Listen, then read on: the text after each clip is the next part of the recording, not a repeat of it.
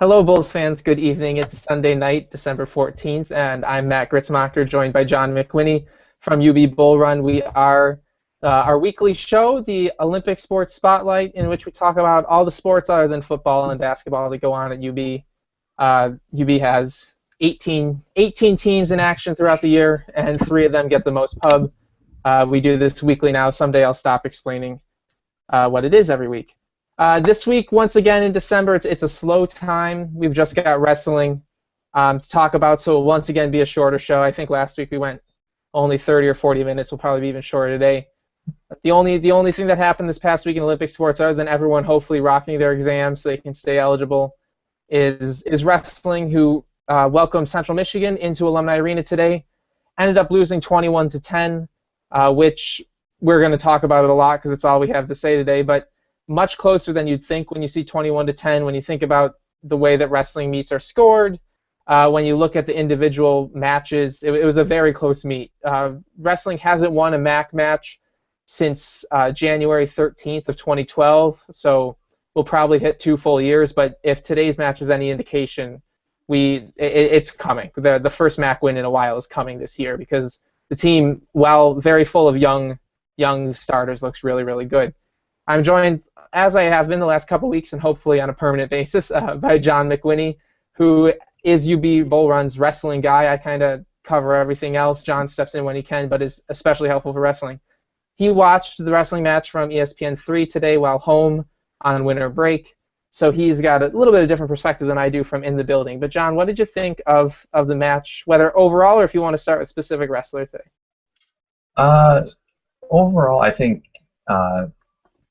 they did a really good job. I mean, Central Michigan has really been a powerhouse in the MAC for really the past 20 years. I mean, they've won, at one point they had won 10 straight MAC championships, and I can't even remember the last time that they beat Central Michigan in the dual meet. And really today they were really a couple of points away from having a few matches swung UB's way, and then we win the match.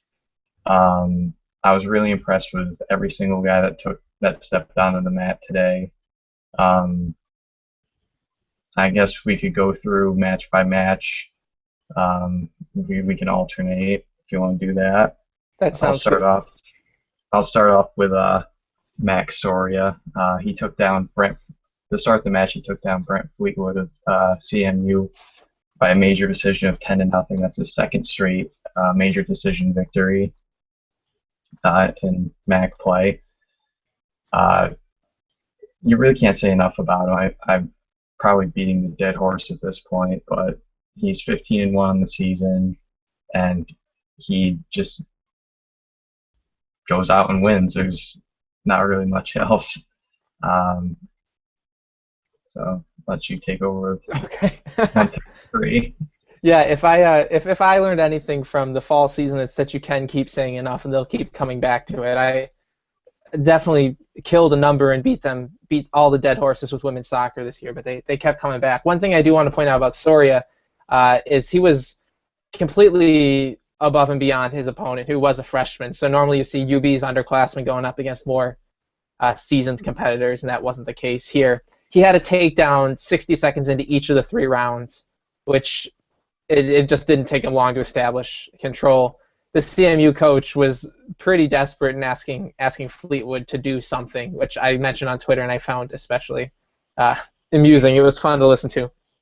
At 133, we had Sean Peacock. Soria and Peacock won UB's only 2 decisions of the first MAC match against Kent State a week and a half or so ago. And Peacock's having a real strong year. He's a freshman, a real strong freshman year.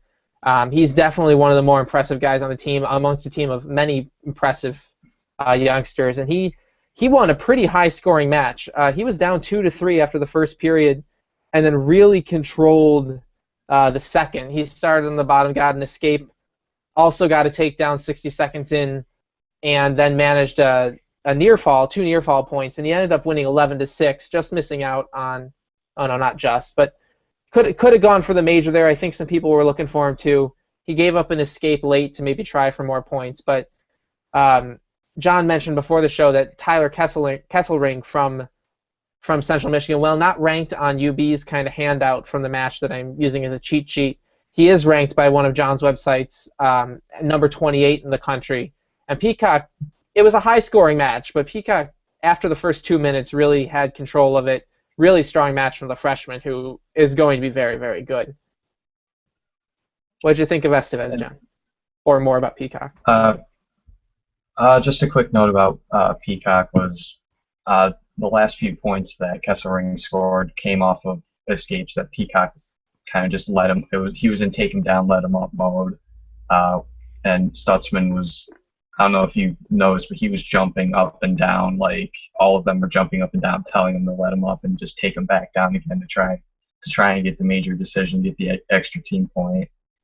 But then after that, at 141 pounds, Jason Estevez took on Zach Horan from CMU, who was ranked number 10 in the nation. And if my memory serves me right, Horan was third in the MAC last season at 141. Estevez won last week at a 2-1 decision against Kent State. Today he wasn't as lucky. He lost 6-1. Really, Estevez's kind of downfall in the match was the way he's built. He's a taller, lankier kind of guy, but Horan is really short and stocky, and Estevez couldn't set up any shots for takedowns, and when he would go in, because of Horan's short and stocky nature, he was able to counter and go in for easy takedowns, and he ended up losing 6-1, and that was actually UB's most lopsided match of the day. What'd you think of Justin Cooksey at 149? Yeah, as you say, most lopsided, that's something to keep in mind, is that Max Sorey had the major decision to start off at 125, and other than that, nobody got a major on UB. None of UB's other wins came in a major, and so it's a sign of a real close match up and down the lineup. You get more points if you win by more points, so it was real good to see UB keep it close in a match where Central Michigan won by winning 2 of a number of coin flip matches. And UB could have won by that, and they're really only in a position to do it because they kept many of those matches to just 3 points from the regular decision. Justin Cooksey was the first of these coin flip matches. I thought he had a pretty even first period. He was down 1-2 going into the second, and the second was a long stretch of no scoring. It looked pretty even. And then he got called for a stalling point, which I can't remember which of a number of stalling calls it was, whether it was one on the matter with a leg pickup that John referenced in his article and can explain more. But it just got a little bit more frantic. I'm not too much of a wrestling guy, so John can speak to stuff like that, but just from the emotions on it and things, it kind of got a little undisciplined, I thought, in the third period. He ended up falling 4-5. He got a late escape and needed to shoot for the takedown and didn't get it. That was the first of what I counted as 5, maybe it was 6 matches for UB of Central Michigan's 7 wins. I thought 5 or 6 of them UB lost in the very final 45 seconds. It shows how close it could have been. There were a ton of things for Central Michigan to put points together late in the third period, and Cooksey's match was one of them, which I did think it got a little bit more, I won't say sloppy, but a little bit more frantic and high-pitched as it went on, even though Cooksey showed he could wrestle with whoever it was. Cody LeCount, is that the right? Yeah, Cody LeCount. Yes. Yeah. Yep. So that's what I thought. John might have. Yeah. Just to make a quick explanation of the stalling thing you mentioned, there's a new rule in the NCAA this year where if a guy is on the bottom, he's trying to make an escape. If the guy on top picks up his leg, he has 5 seconds to either return him to the mat or to let him go. Cooksey did not do that, and he was called for the stall, but he had his arm caught and really couldn't do anything. That ended up really being the deciding factor in the match. If he didn't get that stall point against him, it would have been 4-4, and they would have went to overtime. And speaking of overtime, moving on to the 157 match, Wally Maziarz took on Malcolm Martin in another one of the coin flip matches, as Matt mentioned. each guy got an escape in the second and third period, so it was 1-1. Time was running out, and a real scary moment was both guys shot in at the same time, and the top of Maziar's head caught Martin right in the bridge of the nose, and it split him open, and there was blood everywhere, and it was a really scary sight. Thankfully, he was okay, and they were able to continue the match. Then the sudden death overtime period, Maziarz was called for a stall, and in the sudden death overtime period, any points whatsoever ends the match, and the stall ended the match, and John Stutzman was not happy. I could hear him on the ESPN. I was gonna ask if you could hear him. Yeah, he did not sound happy, not one bit.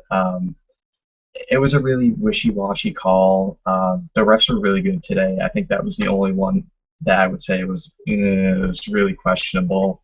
But Maziarz had been warned for stalling in the first period, so Martin knew that, and he used it to his advantage. So he just kept shooting in. So Maziarz had to back off, and then he got called for stalling, and that took us into halftime.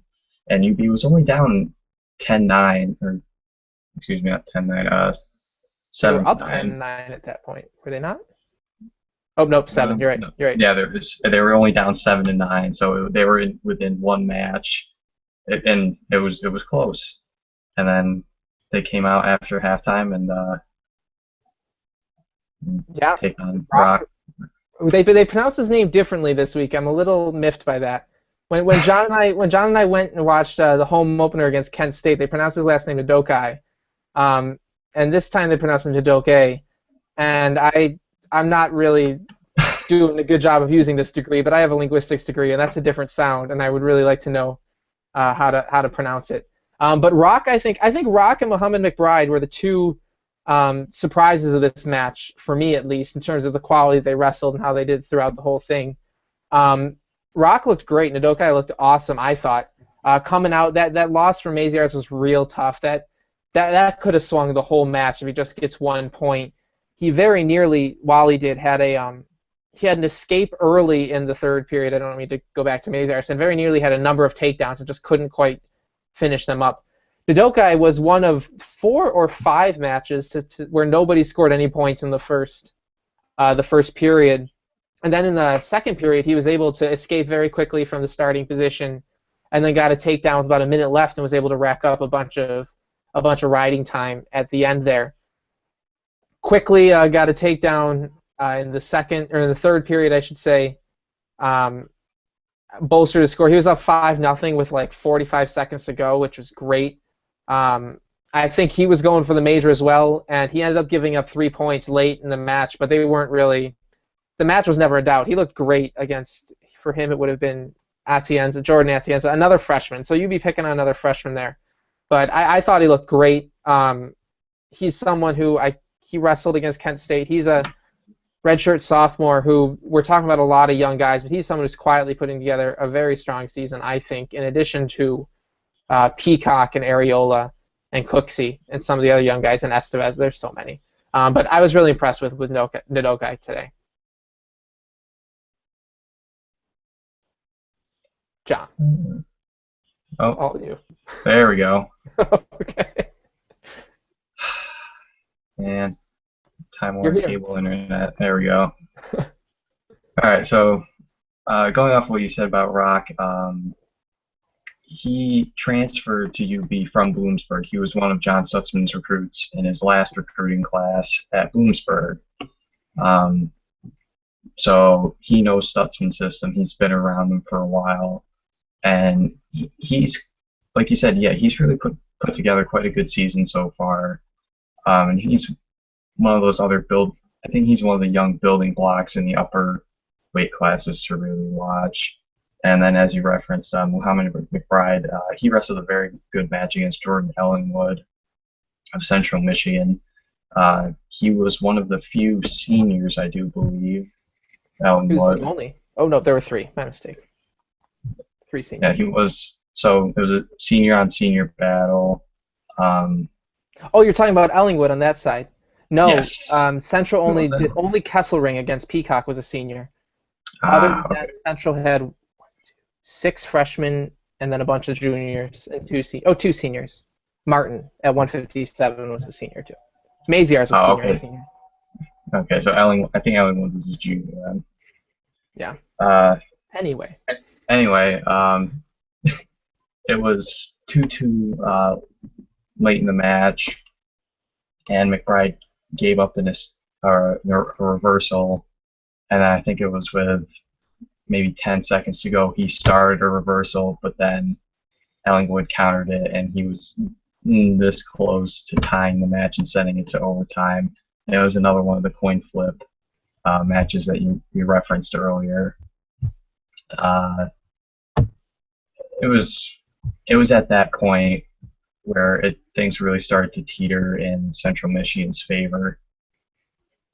And moving on into the 184 weight class. Yeah, as we talk about things teetering into Central Michigan's favor, CMU went up 12-10 with that win over McBride with 3 left. So UB still had a really good chance, especially given the performance of Tony Locke and Joe Areola in 184 and 197 this year. Pretty good chance going in. We start 184 and it's announced that it's Brett Perry and not Tony Locke out on the mat. Locke was on the starter sheet that was available at the game, so it wasn't just a different decision. Something must have happened in the short term prior to the match. And Perry went up against C.J. Brookie from CMU. Tough first period. Was pretty much outclassed there. Got taken for 2 takedowns and 2 escapes. One of them was it was a takedown. I won't argue that point, but a real quick little thing where he just ends up sitting and doesn't really end up with his back on the ground and still just his legs in the grip. The second and third period was much more to his taste, but he wasn't really able to overcome the fact that he was trying to come from behind, and Brookie could be more disciplined. He ended up losing 4-7 in that one and giving Central that gave Central a 15-10 lead, which meant that UB, however it happened, had to win 2. Even if they got a pin from Areola, they would need to win the last match. So that was really, if McBride Ellingwood was a teetering, then Perry Brookie was really where things definitely swung in CMU's favor. Kind of a bummer because so many guys had wrestled so well and so close. UB did still have a chance with Joe Areola and what would end up being Ian James in the final 2. So you can take it away with Joe, I suppose. And yeah, as you mentioned, Areola, again, another one of the coin flip matches. He ended up losing a 9-7 decision to Jackson Lewis. I think there were only a few points scored. But then there's a real flurry towards the end of the third where Areola was reversed and he was put to his back. Then he reversed Lewis and he had him on his back. He threw a headlock and had him to his back. And the thing that killed Areola was he got his hips out of position and his hips scooted forward towards Lewis's head, and then Lewis was able to swing his legs around and he got a reversal, which ended up being the deciding factor in the match. Areola had put his hips back into Lewis's body, then he stays on top for a little longer, and then he gets 3 near fall points instead of 2. He takes the match, and then we go into the heavyweight bout.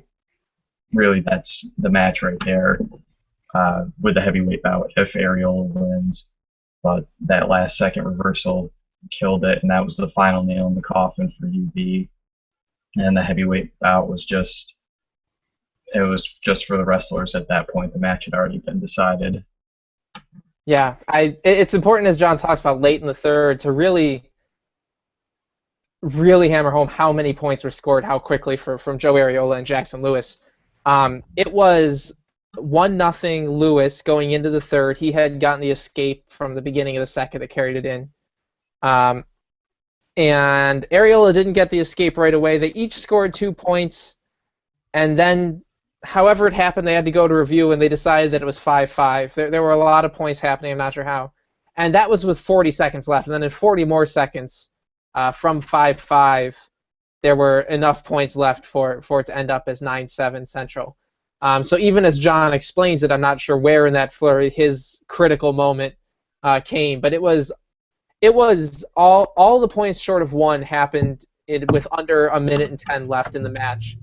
That was great. If you think soccer is boring, if you think sports that aren't football and basketball are boring, that minute and 10 seconds of that match was just one of a number of moments when wrestling is really exciting. But you had all the guys who were not wrestling for UB sitting in the stands. They were jumping up and yelling and calling for points.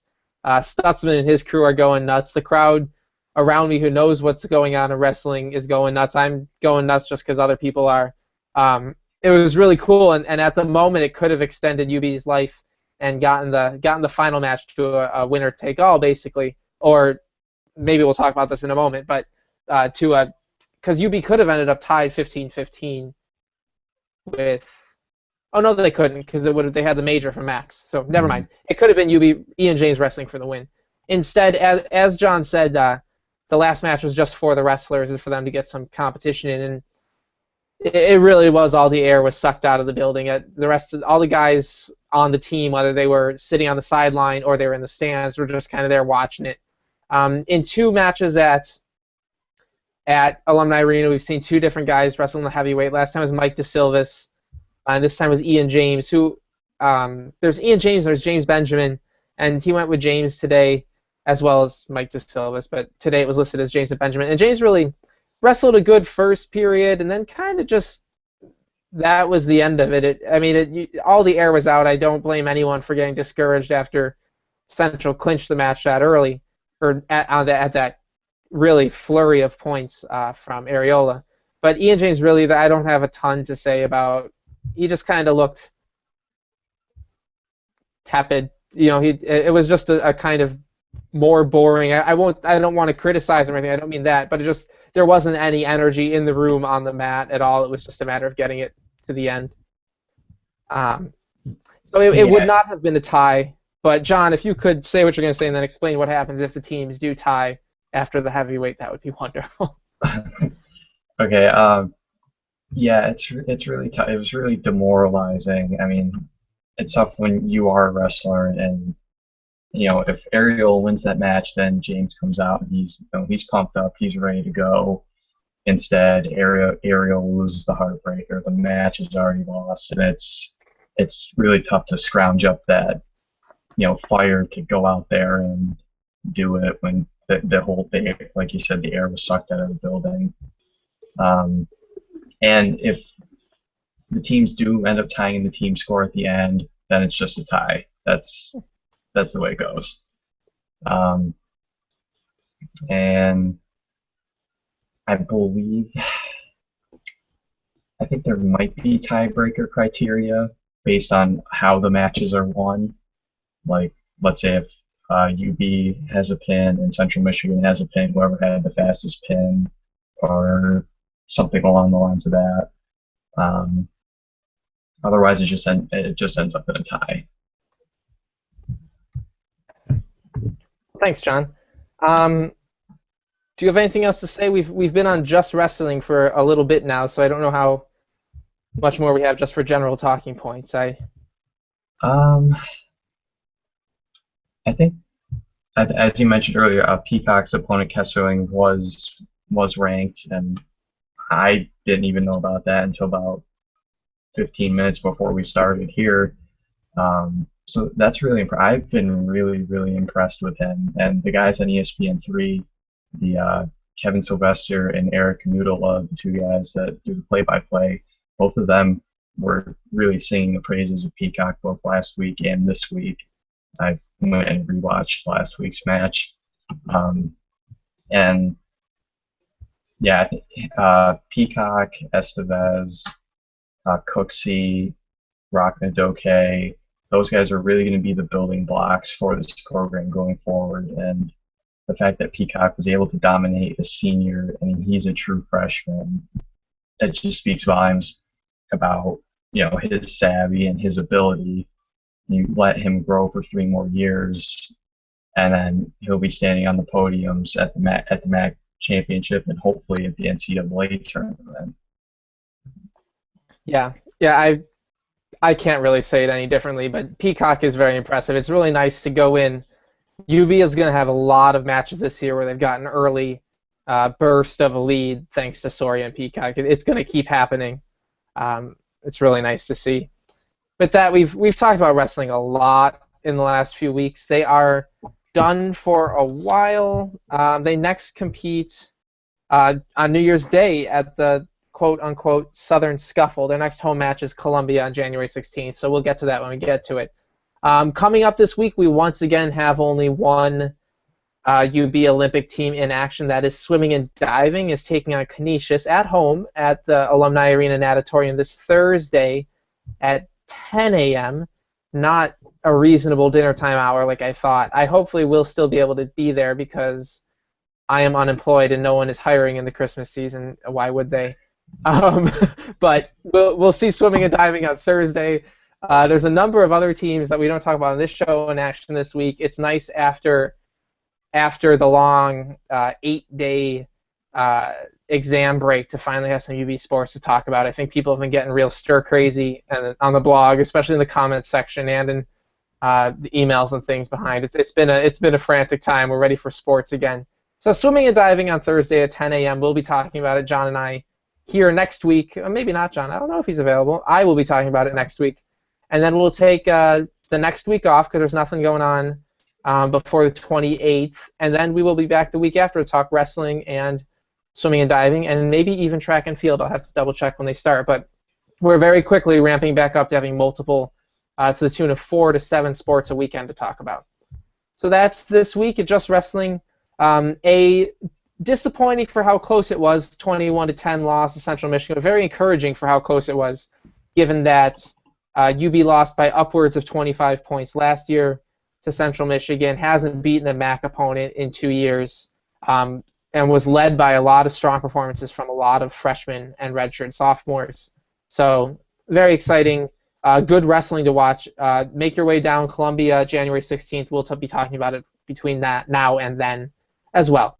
We'll see you next week when we're talking swimming and diving on our Olympic Sports Spotlight. For John McWhinney, for myself, Matt Gritzmacher, and all of UB Bull Run, thanks for tuning in and have a great week.